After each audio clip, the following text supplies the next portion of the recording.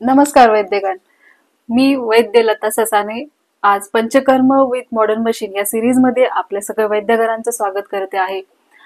आज आपण बघणार आहोत इलेक्ट्रिकल धूपन यंत्र. आज आपण ह्या यंत्रासोबत धूपन चिकित्सेचंही महत्व जे आयुर्वेदामध्ये एक चिकित्सा म्हणूनही आपण बघतो. भारत ही अध्यात्माची भूमी आहे, दैवभूमी आहे. कर्म करताना, वैदिक कर्म करताना किंवा कुठलेही शुभ कार्य करताना धूपन, होम, हवन हे येतच. मग हे येण्यासाठी काही मूलभूत कारण आहे का जे परंपरागत आहे म्हणून आपण या गोष्टी करतो? ह्या ज्या गोष्टी आपण धूपन करतो किंवा होम हवन करतो याला सायंटिफिक रिझन आहे. हे रिझन काय असेल तर आपल्या घरातलं जे वातावरण आहे ते प्रसन्न ठेवण्यासाठी, त्यासोबत जी निगेटिव्हिटी आहे त्याला आपण ग्रह बाधा म्हणू शकतो, पिशाच बाधा म्हणू शकतो आध्यात्मिक दृष्टिकोनातून, बरं का. ज्या व्यक्तींचा याबद्दल विश्वास असेल त्यांनी विश्वास ठेवू शकता, ज्यांना विश्वास नसेल त्यांनी याला मायक्रो ऑर्गॅनिझम म्हणलं तरीही चालेल. कारण ह्या सर्वांचा इफेक्ट आपल्या मनावर होतो, आपल्या आत्म्यावर होतो. आणि आताच्या जगामध्ये आपण जर बघितलं जशी आपली लाईफस्टाईल आपल्याला आपलं जे आहार विहार आहे हा रोगांचं मूलभूत कारण म्हणले जाते, तसं मनाची अवस्थाही आजच्या जगामध्ये रोगाचं मूलभूत म्हणल्या बनल्या गेलेली आहे. कसं ते हे बघा ना, आयुर्वेदामध्ये समदोषा, समाग्नी, सममलधात्वा ह्यापासून चिकित्से सुरुवात केलेली आहे. पण या चिकित्सेचा सर्वात मोठा अंतर्भाव प्रसन्न मन, आत्मा, इंद्रिय यांचा केलेला आहे. म्हणजे आपलं मन प्रसन्न असेल तरच आपण आरोग्यदायी आहोत, हेल्दी आहोत, फिट आहोत असं म्हणायला हरकत आहे का? मग आता आयुर्वेदामध्ये ह्या मनाला प्रसन्न करण्यासाठी विविध असे धूपन सांगितलेले आहेत. मग मनाला प्रसन्न करण्यासाठी म्हणजे काय? आयुर्वेदामध्ये जे मनाचे व्याधी सांगितलेत, मानसिक विकार सांगितले, त्यामध्ये जे धूप चिकित्सा दिलेली आहे, धूप द्रव्य सांगितले, धूपन करायला सांगितले, त्या द्रव्याची जर आपण चिकित्सा जर धूपन म्हणून केली, धूपन चिकित्सा मेजर केली तर ह्याचा उपयोग आपल्या चिकित्सेमध्ये, आपल्या प्रॅक्टिसमध्ये नक्कीच होतो.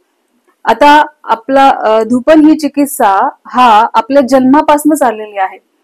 भेषज रत्नावलीमध्ये अपरापतन धूपन ही सांगितलेलं आहे. संदर्भासहित सांगते की भेषज रत्नावलीमध्ये अध्याय 68 ह्याच्यामध्ये 73 नावा श्लोक आहे. त्याच्यामध्ये कटुतुंबी, आम्ललता, फलमर्ज आणि सरसो ह्यांना समभाग घेऊन ह्याच्या सुद्धा धूप द्यायला सांगितलेलं आहे. त्यासोबत प्रसव विलंब होत असेल त्यावेळेसही योनी धूपन करायला सांगितलेलं आहे. तर आपल्या जन्मापासून धूप ही चिकित्सा आपल्या जीवनाचा अविभाज्य घटक आहे. तर मग ती फक्त काही आध्यात्मिक कामासाठी, होम हवनासाठीच का लिमिटेड राहिलेली आहे? त्याचं मूलभूत कारण आहे की वैद्यांसाठी ह्याला आपण चिकित्सेमध्ये अप्लायच करू शकत नाही. कारण त्यासाठी येणाऱ्या सगळ्यात मोठी अडचण म्हणजे त्यासाठी जी सामग्री लागते ती सामग्री आपल्याकडे अवेलेबल आहे, पण त्याचं ऍप्लिकेशन करण्यासाठी किंवा धूप करण्यासाठी जी एक डिजिटल मशीन आपल्याला हवी आहे, त्या पद्धतीचं आतापर्यंत आयुर्वेदामध्ये कुठलंही मशीन म्हणलं गेलं नव्हतं. तर सायराज एंटरप्राइजेसने आपल्यासाठीच हे मशीन इन्व्हेंट केलेलं आहे. बघा, पहिलं आपण कसवाच्या अगरबत्ती लावत होतो बच्चाला बघवण्यासाठी, मग ते गेली कारण ती लावण्यासाठीचे कष्ट आता नकोय. तेव्हा आपल्याला काय वाटलं की जस्ट मी एक बटन दाबावं, गुड नाईटचं मशीन ऑन व्हावी आणि माझ्या घरातील मच्छर जावे. किती सोपं आहे ना. त्याच मशीन आपण ऑटोमॅटिक धूपन यंत्र सायराज एंटरप्राइजने इन्व्हेंट केलेलं आहे. तर मित्र हो, आपण आयुर्वेदामधील अशाच वेगवेगळ्या व्याधीमध्ये धूप चिकित्सा कशा प्रकारची सांगितलेली आहे, कुठले धूप कुठल्या व्याधीमध्ये सांगितलेलं याचा संदर्भासहित अभ्यास करणार आहोत यासाठी.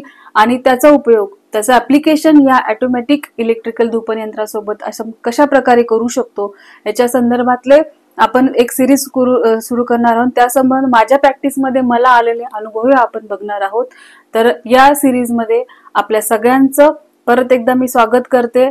आपण ह्या धूपन चिकित्सा ही फक्त होम हवन किंवा इथपर्यंत न राहता एक आयुर्वेदाचा अविभाज्य घटक आणि आयुर्वेदाची भारतभूमीची आध्यात्मिक ओळख चिकित्सेच्या माध्यमातून व्हावं असं मला वाटतं. आणि तुम्ही पण या मताशी सहमत असाल तर नक्कीच या सिरीजमध्ये आपला सहभाग घ्या आणि या सिरीजला नक्कीच तुम्ही जाणून घ्या. नमस्कार.